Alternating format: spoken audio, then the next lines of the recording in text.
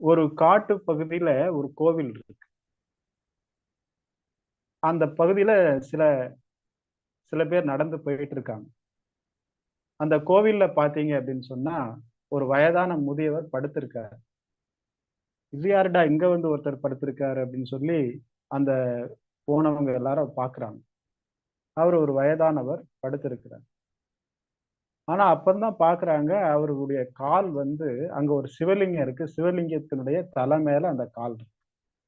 அவரு உறங்கிட்டு இருக்கிறார். இப்ப இவங்களுக்கு பார்த்ததும், ஐயோ!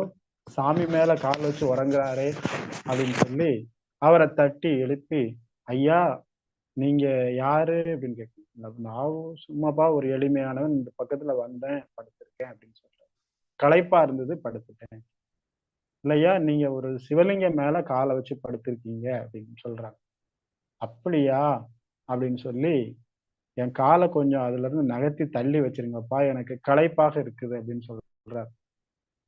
அப்போ அந்த 2 பசங்க அந்த கால எடுத்து தள்ளி வைக்கிறாங்க. ஆனா, அவரு கால தள்ளி வச்சதும் சிவலிங்கம் அவர் கால் கூடயே வருது. இந்த பக்கம் வைக்கிறாங்க, இங்க வருது. அந்த பக்கம் வைக்கிறாங்க, அங்க போகுது. அப்படியென்றால் என்ன பொருள்? இது கதைதான். என்ன பொருள் என்றால், தூய மனதுடன், எளிமையான மனதுடன், தேவையற்றவைகளுக்கு ஆசைப்படாத மனிதனிடம் கடவுள் நெருங்கி வருகிறார்.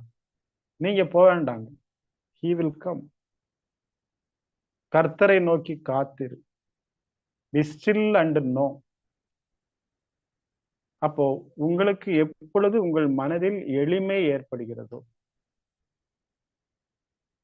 எப்பொழுது உங்கள் தேவை சுருக்கமாக தான் இருக்கிறது என்று நீங்கள் உணர்கிறீர்களோ, அப்பொழுது நீங்கள் லகுவான மனிதர்களாக மாறுகிறீர்கள். உங்களை விட அற்புதமான மனிதர் ஒருவரும் இல்லை அப்போது.